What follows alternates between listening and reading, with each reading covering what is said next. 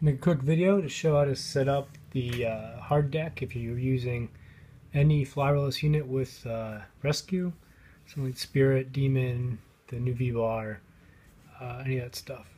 So the first thing you want to do is set the logical switch. Go to the logical switch group. You want to set it so A is less than X. X is this value. And then in terms of V1, which is variable 1, you want to make sure that says altitude. ALT, and then V2 you're going to set the distance you want it triggered.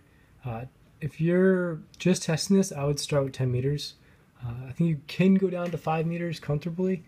I wouldn't go any less than that personally, unless you're just doing some circuits and stuff, but there's a lot that has to happen for this to work properly, and I personally wouldn't feel comfortable with less than 5 meters of clearance for it to trigger.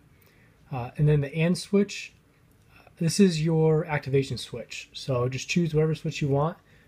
For me, I use the SF, which is back here. When it's down, it is off, and when I flip it up, it turns on this function. So pretty much when you're taking off, you make sure that's off. When you want to set the hard deck, you flip that switch and your hard deck is on. And then the duration, how long does this activate for? I found 3 seconds would get you to about 150 feet in the air. The telemetry on my radio was telling me 50 to 55 meters, which is a little over 150 feet, was my max altitude.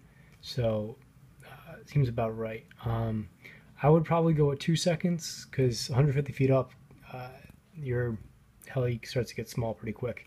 But that's your comfort level, so whatever you want to do. Next, in your special functions, ensure that your throttle hold switch, I have 2 throttle hold switches set up. So my SA is set up for normal throttle hold, and my SE is my reset and complete throttle hold switch.